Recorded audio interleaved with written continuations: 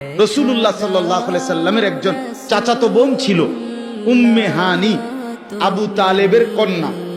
নবীজি সাল্লাল্লাহু আলাইহি সাল্লাম যেই রাত্রিতে মেরাজে গেছিলেন, ওই মেরাজে যাওয়ার সময় যার বাড়িতে শোয়া ছিলেন, ওইখান থেকে নবীজির জিবরাইল আলাইহিস সালাম উঠাইয়া কাবা ঘরের কাছে নিয়ে এরপরে মেরাজে নিছিলেন।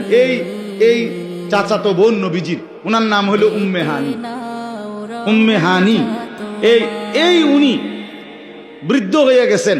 তো নবী সাল্লাল্লাহু আলাইহি সাল্লামকে স্পষ্ট হাদিসে আছে, উনি নবীজিকে একদিন বলছে, ইয়া রাসূলুল্লাহ ইন্নী কাদ দাউফতু ওয়া কাবুরতু, আমি দুর্বল হয়ে গেছি, বুড়ো হয়ে গেছি, এখন আপনি আমারে এমন কিছু আমল বলে দেন যেগুলো আমি বসে বসে করতে পারি।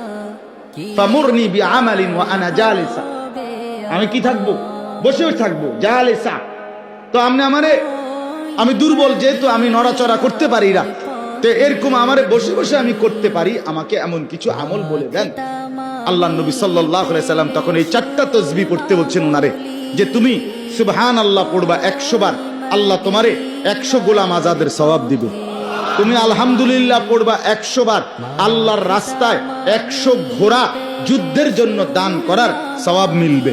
তুমি 100 বার পড়বা আল্লাহু আকবার, হাজী সাহেবরা হজের মধ্যে গিয়া যেই উট কোরবানি করে, এই 100 উট কোরবানি করার সওয়াব মিলবে।